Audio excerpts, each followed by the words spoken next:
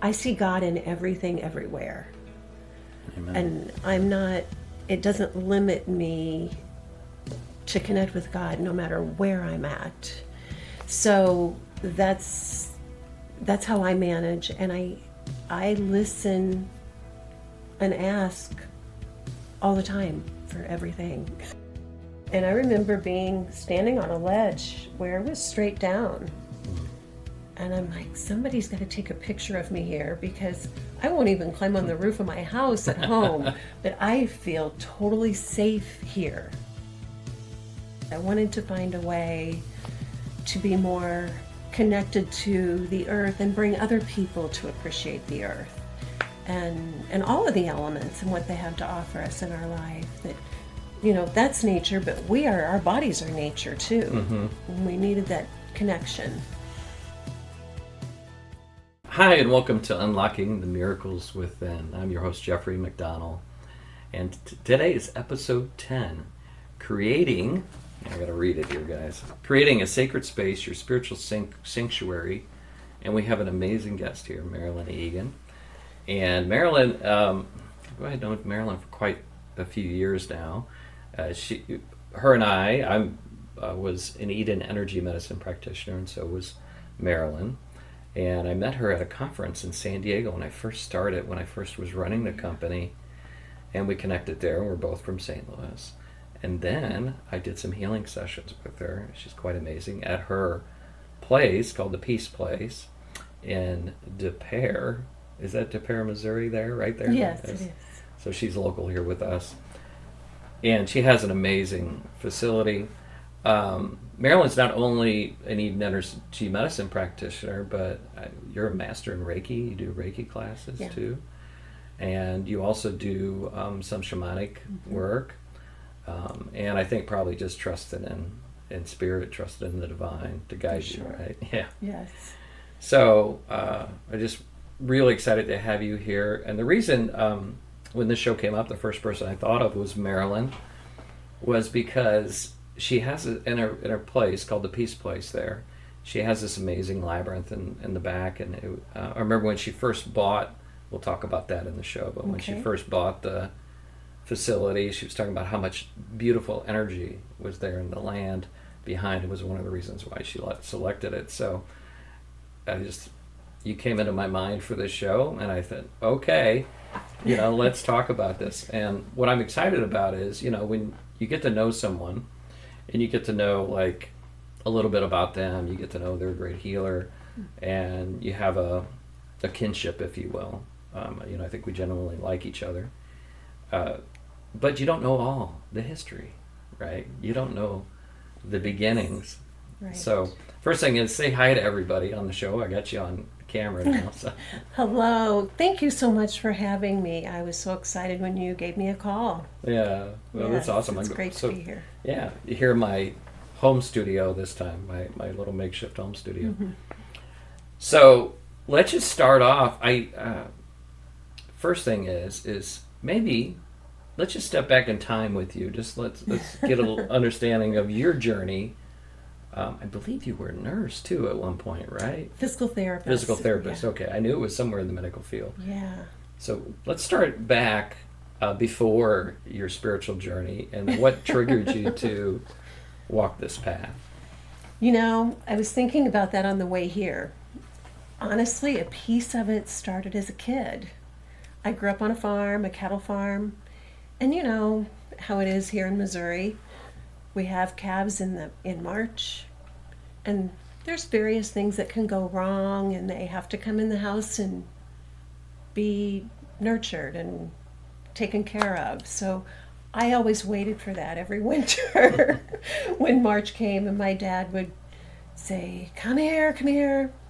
I'd go back to the porch, and I would be excited, and he's like, this is not always a good thing, But I would rub those baby calves, I would feed them bottles, I did whatever they needed to warm them up or to help them get better. And there was one night in particular, I was probably in high school then, that he brought in this, it was practically frozen, and to be honest, its tongue was swollen, And I just kept rubbing and rubbing its throat. I had a little bottle I was giving it. And I was probably midnight or so. My dad comes in and he goes, look, this calf's gone. It's gone. You know, you may as well just go to bed. I'm like, no, I don't think so. I don't think so. And I just kept rubbing on her and rubbing on her. And he goes, all the milk from that bottle is on your lap. So, well, I think some of it went down. And it was probably 3 o'clock when I finally went to bed. And then he wakes me up at 7. He says, okay, she's yours. She's standing up in the back porch. She's yours. She's alive and she's here. So that was as a kid, how I worked. And then my dad also had polio as a teenager. And so here as a farmer, he had a very, very sore back most of the time. He always needed treatments and work. And he would always ask me. I remember I probably was much younger, probably 13. And he's like, come here, I need you to rub my back. And I was kind of obstinate and said, why me? And he says, come here, please. So he goes, you can find the spots. And so I touched his back. I said, that? I said, everybody can find that. He goes, no, not everybody can find that. So I think that's when I started to realize maybe that could be something I do. Then as time went on, he wanted me to be an osteopath physician. I grew up in the town where osteopathic medicine was founded. I'm like, I don't want to be a doctor. That's, I don't want the nurse thing either. So physical therapy is what I was drawn to. And I did that for about 10 years. And then, the insurance stuff kind of got in the way. And a friend of ours, because I was learning alternative work as I went, even in physical therapy, she said, Missouri's changing their massage laws. All you guys need, because you've been going to continuing ed, you have a degree, you have experience at work, you've got continuing education, you just need one class with me. And you will be able to be a massage therapist. And then you can work on your own. So I jumped on that right away and started that in 2001. And then my journey just went from there. I learned Reiki. I just kept learning. I'm still learning. But you're right, I started with Donna Eagen in 2005 and then was in her first certification class. And that still is the foundation of my work.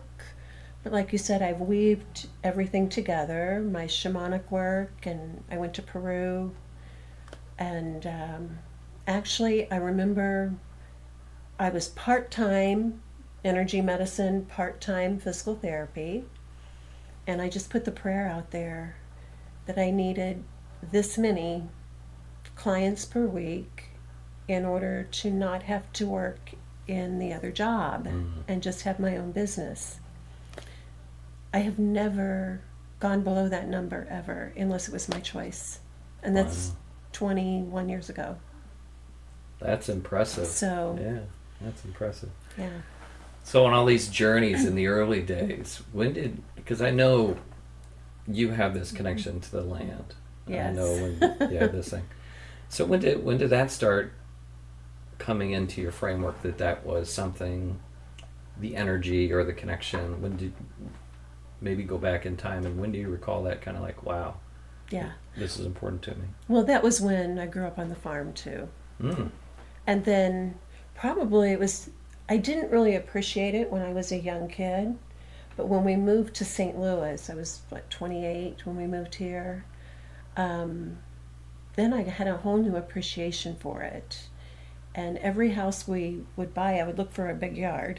And it didn't happen often. So I loved going back to the farm. And then I knew that I wanted my workspace. Number one, I wanted to feel homey. Number two, I wanted to do outdoor ceremonies. I wanted to have fire ceremonies. I wanted to find a way to be more connected to the earth and bring other people to appreciate the earth and all of the elements and what they have to offer us in our life. That, that's nature, but our bodies are nature too. Mm-hmm. We needed that connection. So, I mean, I started looking for the house that is the peace place probably 2010, 2012. Wow. Okay. And I found it in 15.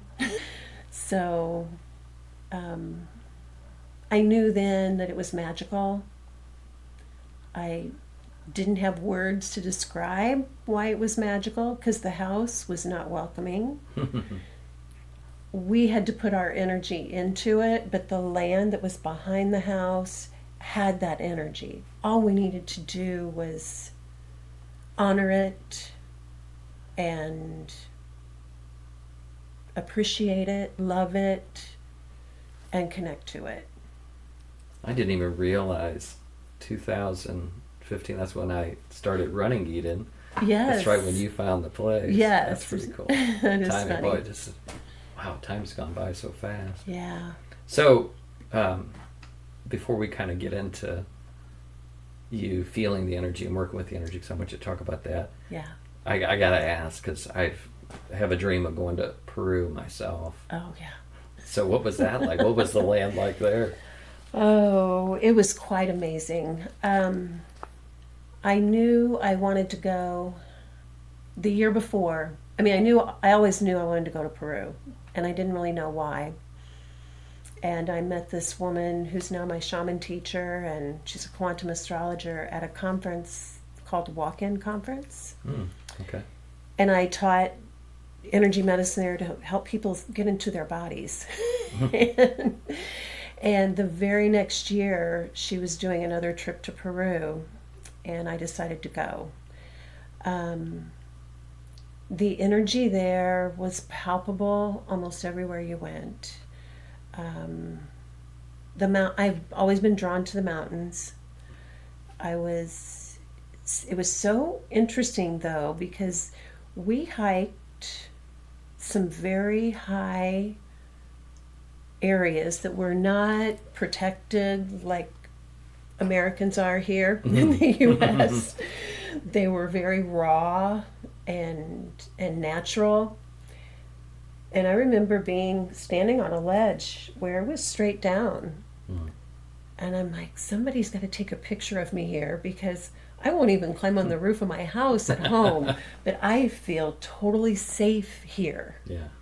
It was just a different in Peru. I could look at, when I first got there, I remember looking like at mountains and seeing faces or figures or pictures in the wall or in the side of the mountains.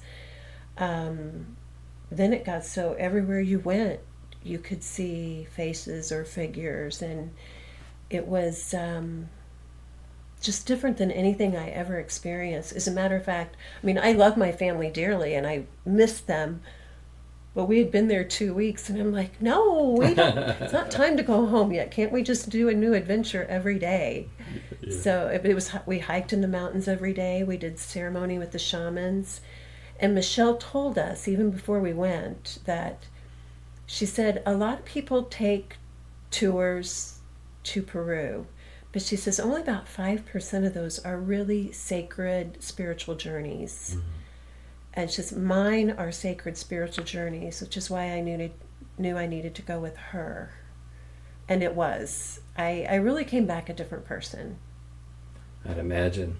So it has my mind rolling, because Jules and I have a enormous affection for Sedona. Yes. And we also really connect with Kauai, that particular island. And what I found, and maybe you could talk about this a little bit, especially when you're facing a big shift or a big change, different lands can bring different energies in. Yes. In a way, like sometimes I can feel that I'm unsettled coming in. I remember that specifically flying into Costa Rica. And Julie had the same experience her first time in Kauai. she felt really ungrounded, unsettled. Yes. And we were staying at a really wonderful resort in Boynton Canyon. But fortunately, we were aware of it and we were able to plug in. We did some exercises. That was even me pre-Eden. So, but I had learned some ways to clear energy and to bring in good energy.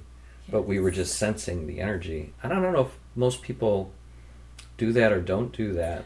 But talk a little bit. I know Peru, you said you were locked in. Yeah. But are there sometimes when you travel to different lands, yes, where you feel kind of, I don't want to say bad energy, but you definitely you don't feel plugged in, if you will? Yes, I would say the first time I went to Colorado, well, it wouldn't be the first time. Our parents took us to Colorado a lot. But the first time I went as an adult, I think I already knew that I needed to plug in. But yeah, when I first arrived, I felt very unsettled, I think is probably the word, which was kind of, how do you describe that? Kind of like energies swirling gently inside. You know there's something here for you to learn or something for you to experience that's going to change you. Mm-hmm.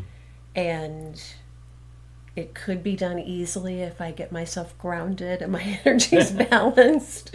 Otherwise, sometimes they're not so gentle and easy. Yeah. So it was a benefit in knowing or learning a little bit about energy before I went. But I too had learned about energy before I was in Donna Eden's program as well. So I think I was aware, but I was highly aware of an uneasiness. And I would have thought that maybe that wasn't so good, except for I knew it was talking to me personally to make a change. It wasn't telling me there's bad energy here to stay away from, but it did tell me I needed to clear what might come in that I might not be aware of. Yeah, because that can happen too. Yeah, like the Sedona example. Yes. That was Julie's first opening for us. Yeah. But I also had a past life experience there, which is not so pleasant. Right. And so I could feel that energy coming in. Yeah. But just to the folks out there, and we can let Marilyn talk about this a little bit, but it's just being conscious, is being aware. You know, the greatest example I gave is one time we were in Antigua for vacation, which is a beautiful, relaxed, calming island. And then we flew into New York City and stayed overnight. And the energetic contrast was so severe if you weren't conscious of it or attuned to it. Yes. It would throw you off, potentially, and then bad things happen. I remember the Costa Rica one I gave the first night. Julie and I got there and we did not stop to be conscious and plug in. Yeah. We actually bumped heads. so bad I bruised her cheek, and I thought, what a way to start a vacation. Her cheek's going to be all swollen up. And I sat there and I did energy work on her cheek and prayed over it all night. Yeah. And even though it initially swelled up, it was gone by morning, which was quite amazing. Yeah. So you're hitting all these different lands. What I want to get into is a little bit more, because I always love practical tips for people. Mm-hmm. But we also know, you and I know, that different people experience things in different ways. Right. Yes. So how do you experience that energy? I mean, what does it feel like to you? Like, what did Peru feel like to you? Peru, of course, I was jittery when I first got there because it was so different. However, my tour guide, Michelle, made a point of taking us to Lima first. It was going to be the least different in the whole country than we would experience. So a lot of people got sick just from the altitude or just the energy shifts. We had a girl who had an accident because she wasn't fully grounded in her body, twisted her ankle, which kind of messed up her whole trip. But Michelle said every trip she's taken and brought people, someone has been really ill or injured because they didn't tune into the energy, and the energy said, you're going to sit down and you're going to get quiet and you're going to take this in. Basically, I felt just very jittery, maybe didn't sleep so well the first few nights, but I had to, every place we went, I had to do a grounding exercise to connect into that part of the country. Or I could have been pretty messy when I was there too. I probably was a little messy anyway, because a lot of things shifted and changed. I had to speak up to a roommate, and I normally never do things like that. I just take it in stride and think, oh, they'll be fine. And I had to speak up. So it was a lesson that I was supposed to pick up there. And there was one teary night, and I had no explanation for my tears except for the fact I was releasing.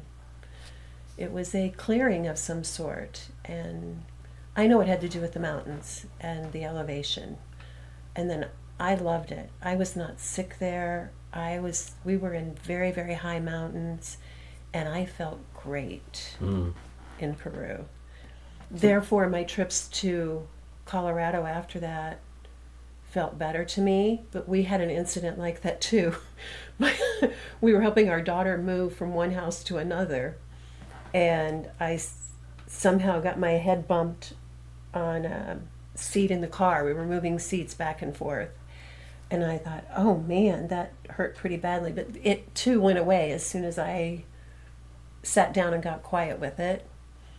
And then I also had an issue where, and this was all me, but I thought my husband was rushing me to get ready one morning. He really wasn't. He was just sitting and relaxing, but I took that as a rush.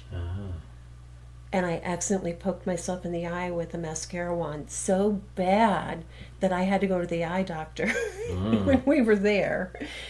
And I had to take a day and rest then. I couldn't be out in the sun for a day. And I just had to rest. So sometimes we're just kind of put down by the divine to sit and be quiet and learn what we need to learn in that particular area of the country or world. Yeah. So talk a little bit about your grounding techniques. I have a certain thing I do when I visit someplace, and I don't mean to oversimplify this for the folks listening, but yeah, it really is just giving yourself permission to be conscious of the energy without judgment, to me. Yes. And so, but what are some of your, I know we have to describe it here or maybe refer people to YouTube or whatever, but what is your go-to, hey, I'm going to get grounded, I'm going to get plugged in?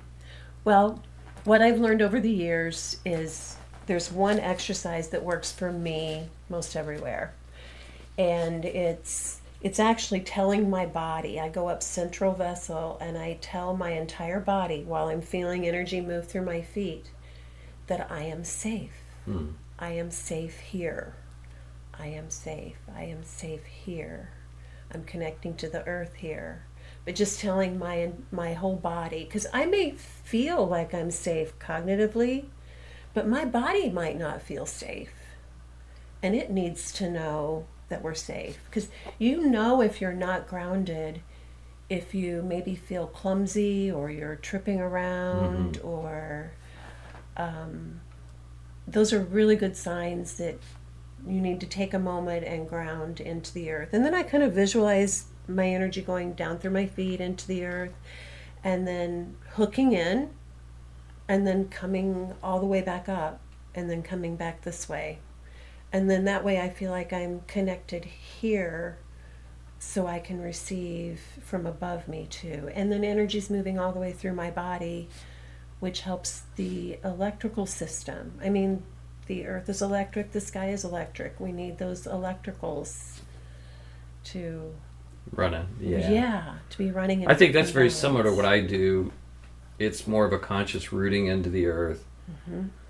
Breathing slowly, but I love the fact that you said to folks, hey, if you notice, I would say if you notice you're frustrated, Yes. you're getting anxious, you're just not feeling right, you're not feeling settled. It may not be so negative, or you do feel some negative energies. Like I know that first time in Sedona, I mentioned we were getting there were actually psychic blasts coming, and that I'm sure was past life stuff and that kind of thing. But yeah, exactly what you just mentioned, getting rooted in above and below. And so I do the visualization of the tree roots going in, and then actually asking. So this is what I want to get into, and the sacred nature of things, and maybe you have some of your travel experiences in Peru, but I do a lot of it through prayer. Yes. So it's for me praying, asking for guidance, asking for things to settle and be calm, asking for me to, asking God to, if there's lessons here I need to learn, show them to me, guide me, let me be aware of them. Yes. Open my eyes. I always say open my eyes, open my ears, open my heart, open my mind to all that is you in this. Yeah. And when you begin to accept all that is, then whatever it is opens up to you and clears. And I actually walked Julie through that morning in Sedona when she was, my wife is always, 99% of the time joyous and happy. Yes. But she was totally thrown off, and I had known from the night before that we were getting a lot of psychic blasts, like voices and all that. And I just said to her, I said, this might be why you're feeling off. I said, would you do some exercises with me? So we did that. We just did some simple grounding exercises. And then I asked her, do you feel better? That's important, folks. I mean, you can't just do an exercise and then not check in. So you need to check in, kind of score yourself. Like, hey, am I feeling a little more, am I breathing a little easier? My shoulders a little more relaxed, and my jaw not as tight? Am I not looking to bite someone's head off in this moment, whatever that is? And do it enough to get yourself to that point. And then we went for a walk. So nature's always also good. Yes. Anyway, I want you to talk about this. And I was just sharing that with you just to say, hey, let's get into that sacred aspect of that. Not just the land, but I believe God's always got a purpose for us no matter where we go. Totally. But talking about that reminds me of another story that we were in our hometown in Kirksville. My mother-in-law had Alzheimer's, and she was in a facility. We kept her at home as long as we could, and she needed to be with a group of people, with caregivers there. The first time we went to see her, of course, the whole building, everyone there has dementia or Alzheimer's. So I came in, she knew, we'd been married a very long time at this point. She knew I was one of her kids. I don't know if she knew if I was her daughter-in-law or her daughter. It didn't matter. She hugged me so tight, and I hugged her back. I really almost fell over because she was hugging me so tight. And I loved it, and I love her. And we had a great visit for knowing that things were different for her. And we were coming home. I drove home. All the way home, my body was so antsy. And my husband was trying to read the paper over here, and I snapped at him. I never snap at him. I was irritated. Like you said, you can get irritated. And then I knew I had to pull over for gas. Without thinking, I jumped out of the car, and I just jumped up and down and shook my hands and my feet and my arms, and thank you. I didn't realize I had taken on a lot of that frenetic energy that really the place was.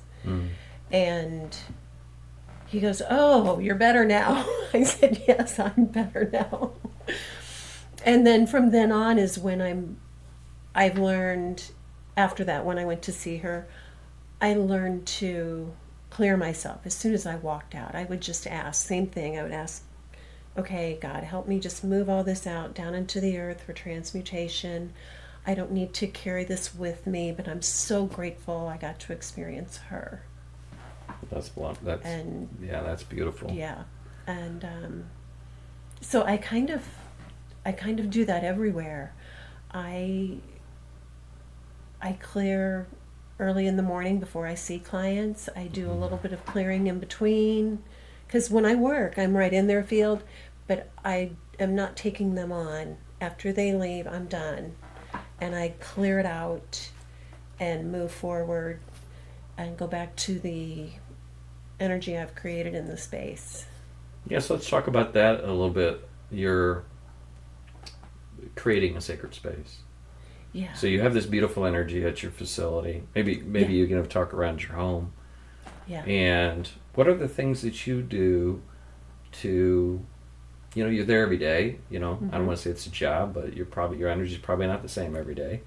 Right. So how do you take advantage of that, or what have you created in your environment that helps you reconnect to that sacredness? Yeah.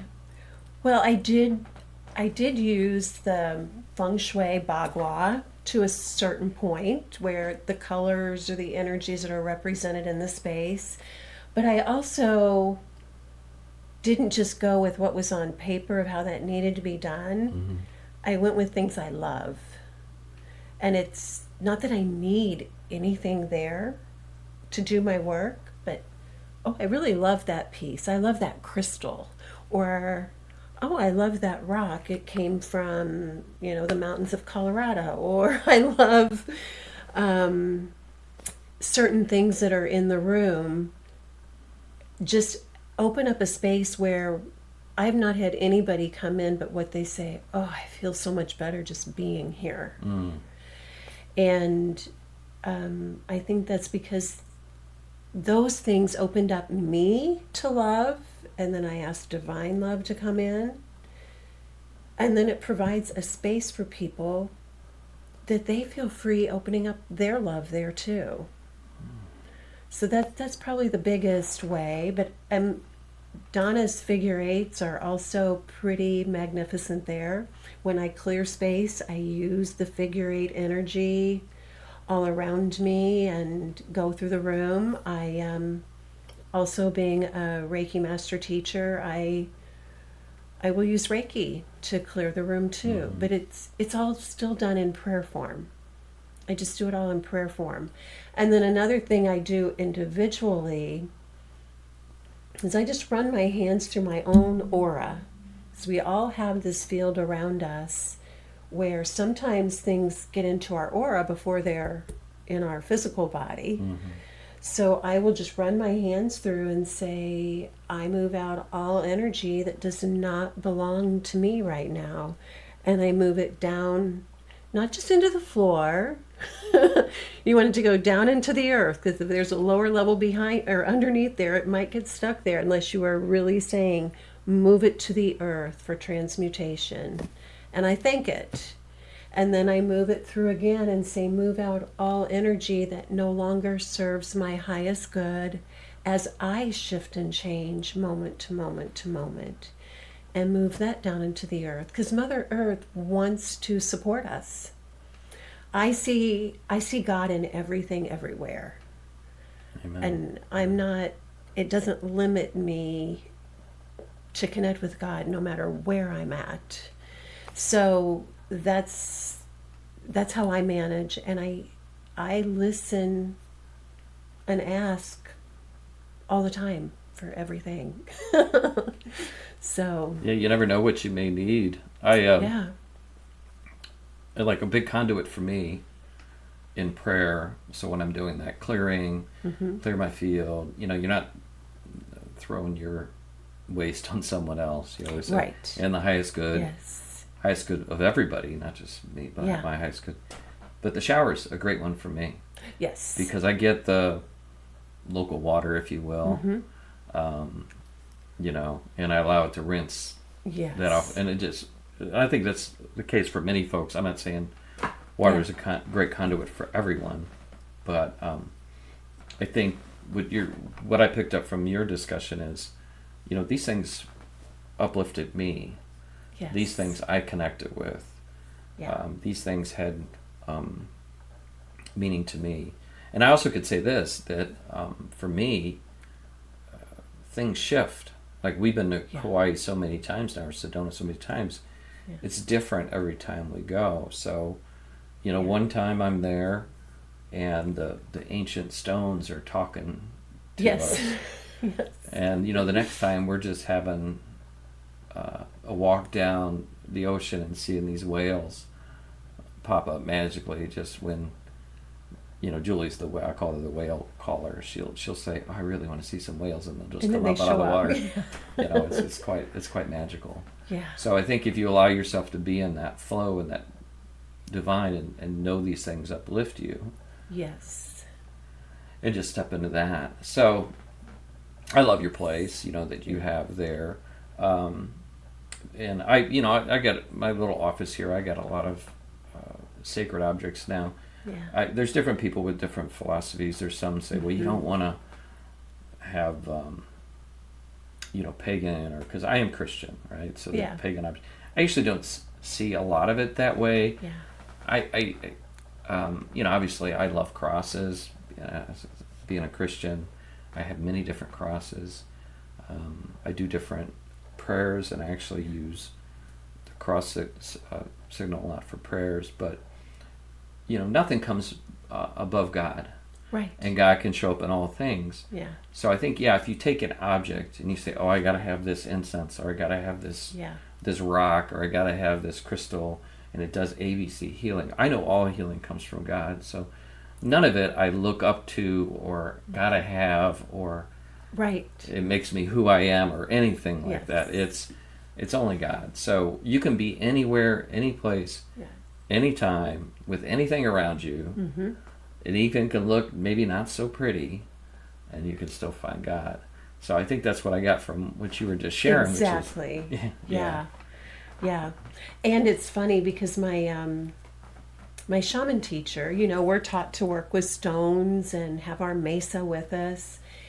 And it's funny, Sedona was the first place I met her. Mm-hmm. That was the conference that we both spoke at. And the next year I went to Peru with her, and they called and said, hey, we're in Mount Shasta. Oh, I love Shasta. And you're supposed to be here. And I said, well, your conference starts the day we get home from Peru. I'm going with Michelle to Peru. So she says, oh, Michelle's going to be here. I'm like, oh, okay, all right, I can do it. We'll do it. So Michelle and I connected before we went to Peru and said, okay, we're going to have 12 hours to each go home and then come back and meet in Northern California and drive to Mount Shasta. Yeah. So we got there, and I don't even remember what happened, but we were outside. There was something, maybe someone was ill or something had happened that was uncomfortable. And neither one of us had any shaman stuff with us. And we just, she goes, we don't need it, do we? I said, no, we don't need it. And we did the blessing of the spaces. We did whatever clearing we needed to do. And it was just funny that we had just been talking about that when we were in Peru. And then there we were in Mount Shasta. No, we don't need it. That had to be an amazing trip.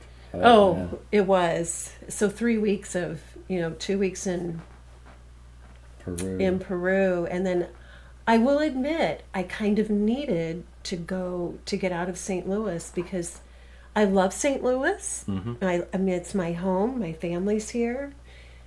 However, when we flew back in, that feeling of, and the river looked so muddy because I came right from Lake Titicaca, which is in Peru and Bolivia, where the water is very high frequency. Mm-hmm.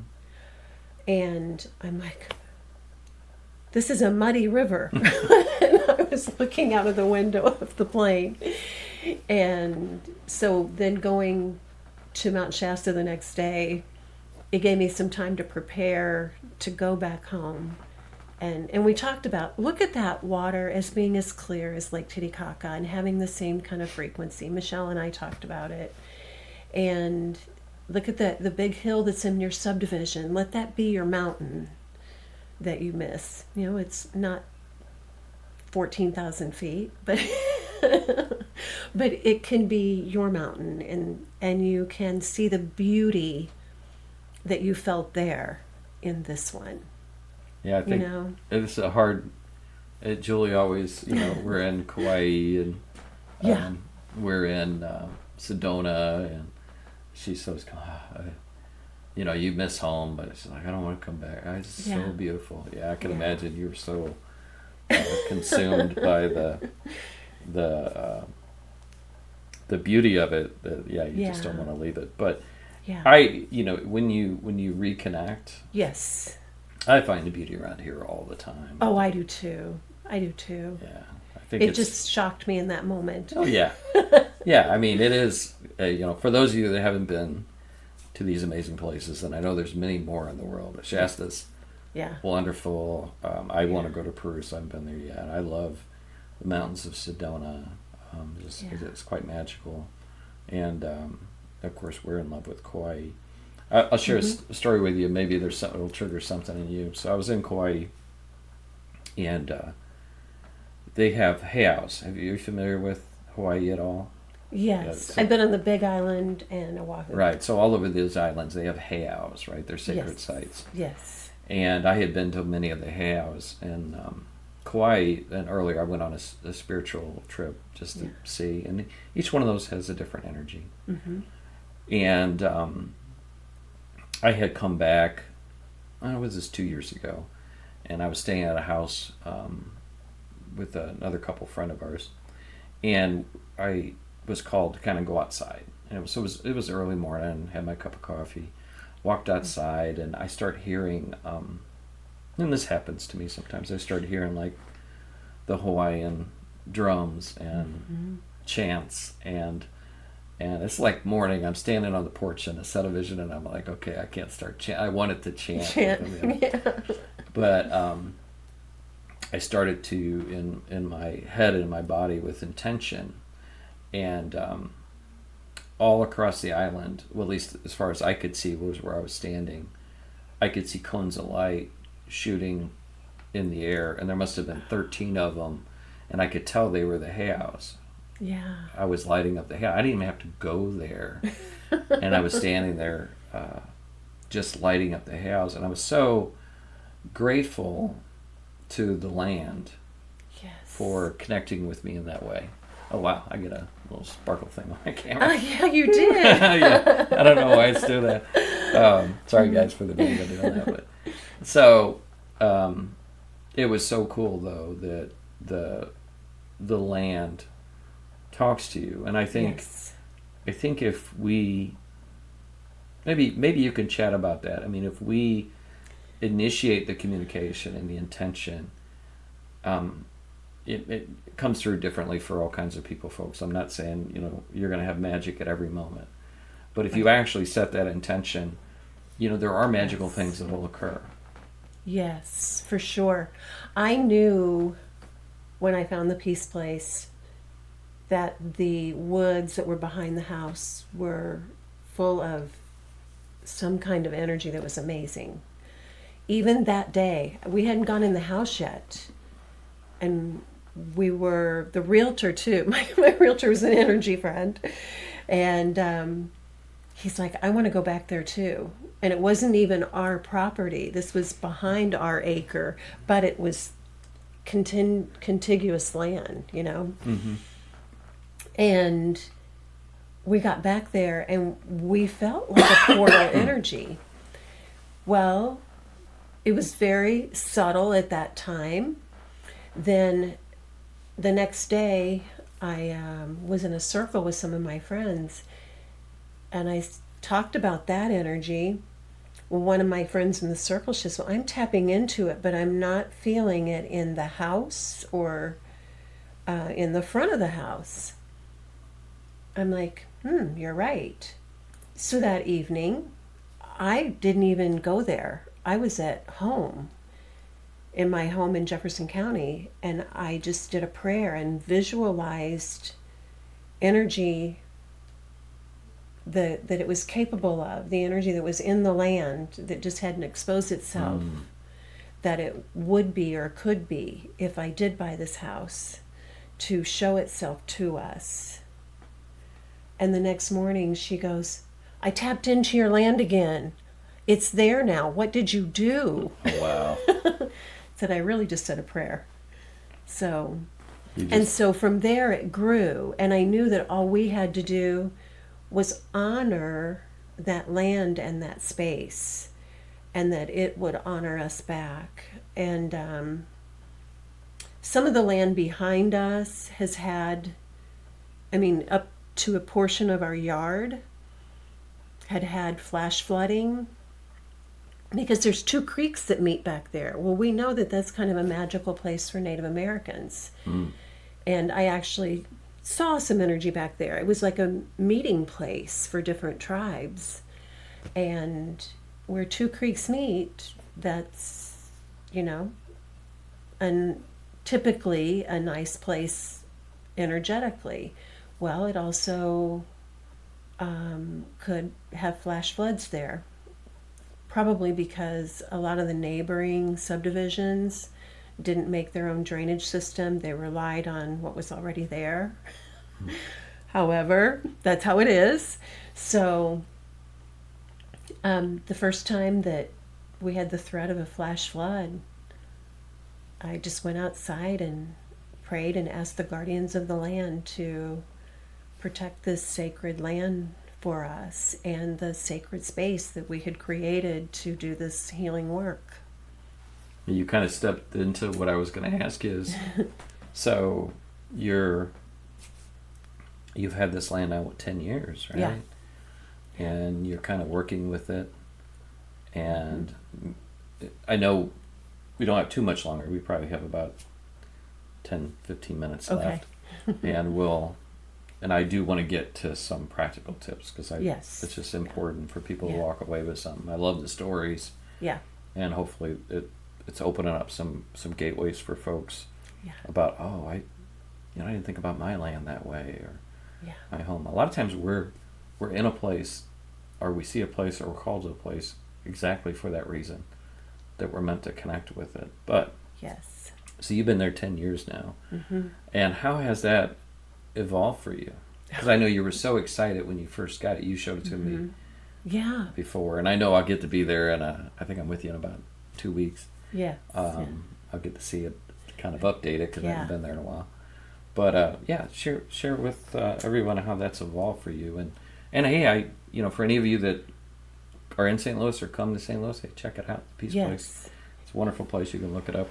And I was going to mention too, the figure eights and grounding exercises. Donna Eden is wonderful.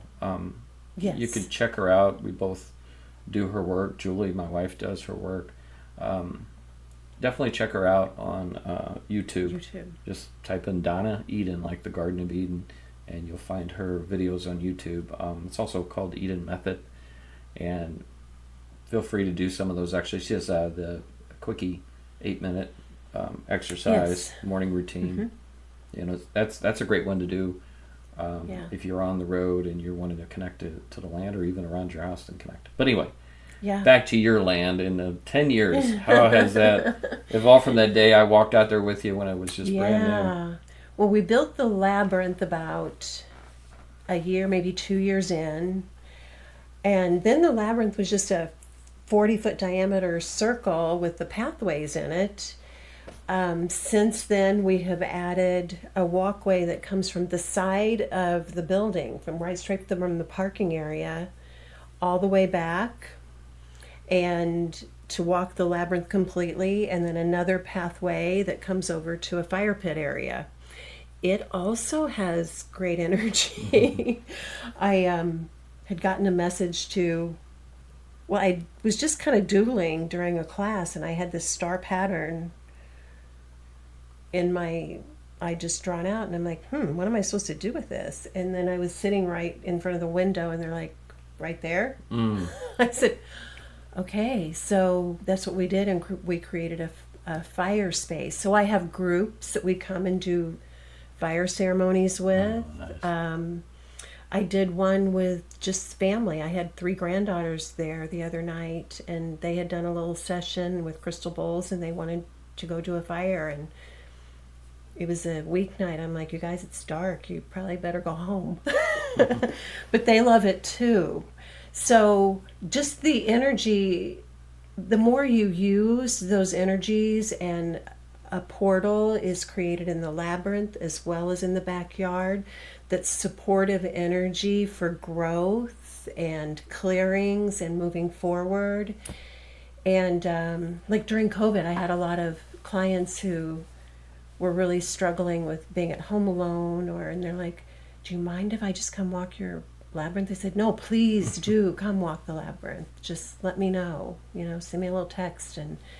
And they would come out feeling cleansed or clear, or they could ask a question when they go in and get the answer as they walk out. However it works for them. I have benches and chairs beside the labyrinth too, where people can sit and meditate. But I do always recommend to do a grounding exercise before you go into a portal energy or a labyrinth or any sacred space that's going to probably open you up. It will be easier for you to clear, easier on your body and your mind to be connected to that ground. But you can do the same thing at your property. You can just create a space outside. I've got lots of clients who've created a little bench, or with some plants or some crystals or stones that they love, where they just go outside and sit. And they said, it feels a lot like your place. I said, of course it does. It's divine energy you're connecting with, and you're putting your energy into it, so it supports you.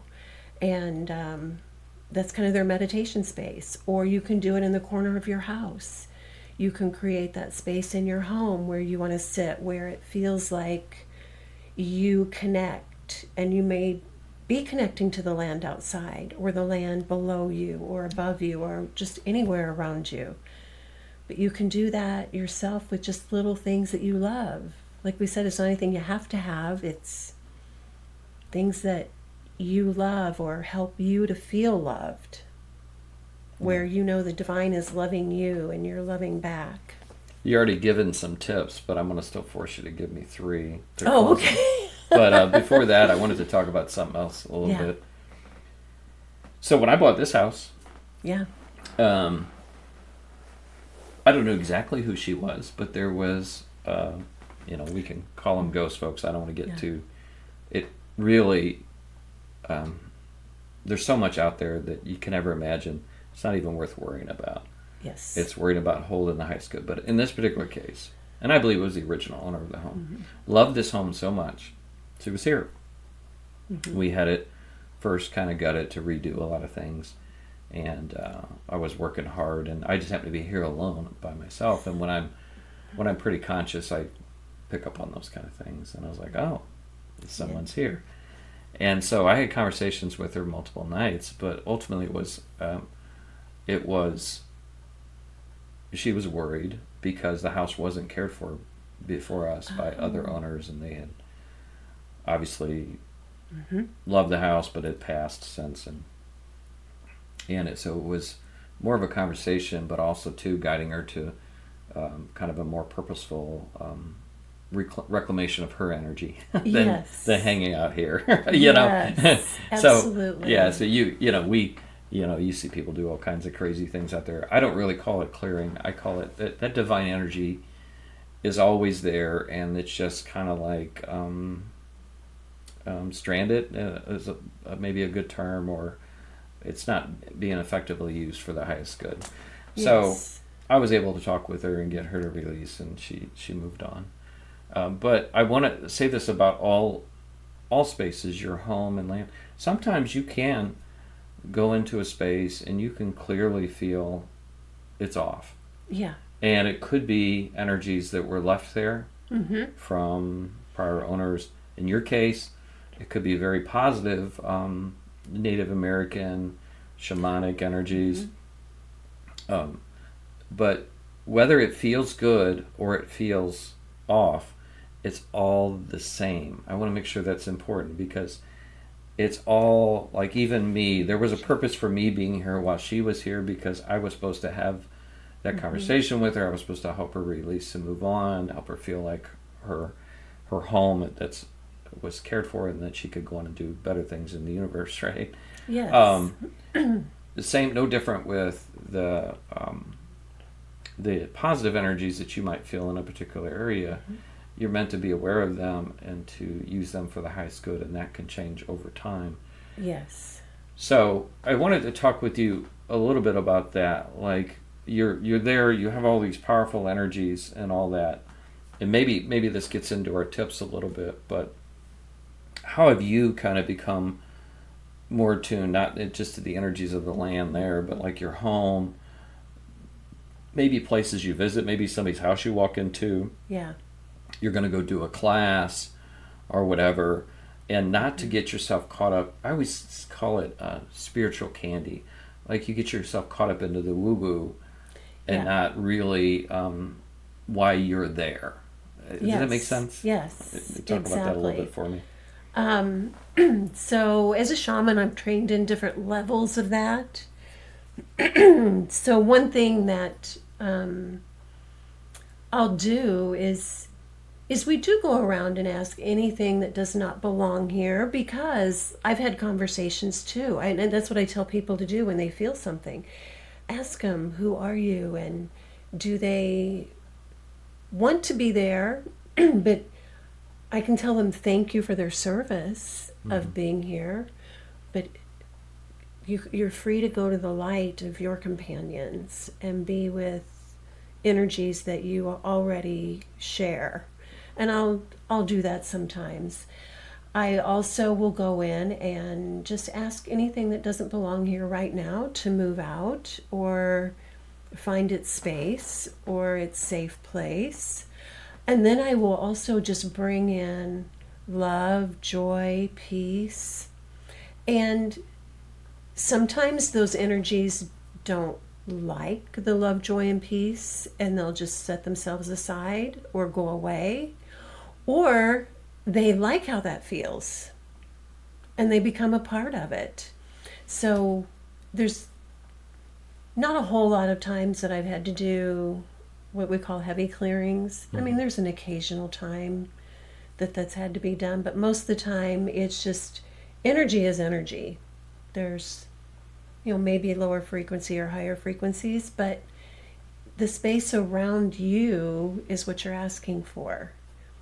So you can ask it to be love, joy, and peace, and they can either join it, or they may just sit down and stay, or they might leave. That's how I see it. Yeah. That totally makes sense. I always put it into, because I have that, as everybody knows on this, I have that relationship with Jesus, and yes, Jesus taught me even the dark energies, everything is seeking source. So yeah, it's it might appear as heavy, but what amazed me, and I've shared this before, but he had an instance where he had me clear, and it was nothing. It was so, you would think it was be so heavy, or that, but when you have that, when you hold the space that he holds, which is in all of us. By the way, Jesus is in all of us, I believe. I do too. I think when you can just stay in that space, everything's meant to return to that love. Yes. I know there's always a choice, but I think when they see it clearly, I mean, at least my biggest challenge with all of the experiences I've had is, how can you turn away from that? Like, yes, it is who you are. So, like, to turn away from who you are in the face of it, like seeing who you are and then turn away. I think that's why, personally, in the Bible it you're not supposed to see the face of God, because it's the face of who we all are, and we really don't exist anymore at that point, per se, as we think we do. Right. Well, for all the energies that are not of creation, they don't hold any, I always call it weight. They don't really exist in a way that they don't carry authority, if you will. And so when Jesus faces it, it's just like they have nothing to do but to dissolve, to go away. But I love how you do that, how you acknowledge or give them a choice, and you don't make it about. And this, folks, is for your spaces at your home, in your office, or you could be in work and somebody else's energy could be throwing you off. You could be a kid in school and somebody else in your teacher, or somebody else is throwing you off. You're not beholden to that, right? Right. That's the big Right. thing. Yes. And Marilyn and I know all too well in energy work how people become beholden to, the frequency threw me off, the smell threw me off, Yeah. the cell phone threw me off, the comet threw me off, and the truth is that we all are the divine nature of God, Yeah. and we're not beholden to any of that. There's a difference becoming aware of something throwing you off, but then you have the choice Yes. at that point, Yeah. right? Yeah. So now we get to my done preaching there.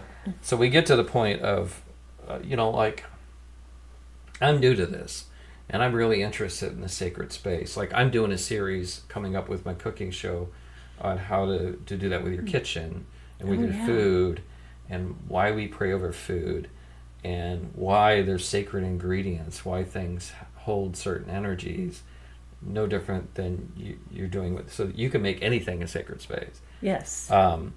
But maybe if you were just somebody who's kind of new to this and they're like, okay, I want to kind of do this and I want to kind of experience this. Maybe give them 3 practical tips that they could do just to begin. Like you said, they don't have to go overboard with anything. Like you said, set up a space, whatever. But like if it's you're coming into your new home, what 3 things would you do to kind of get that started? And I know that's throwing you a little curveball. Right. She didn't plan it's this. okay. So number 1, get yourself grounded so that you know the space you're in. I would have it clean. Clean also makes a difference with inviting Jesus and love and peace in that you feel. And then make it authentic to you.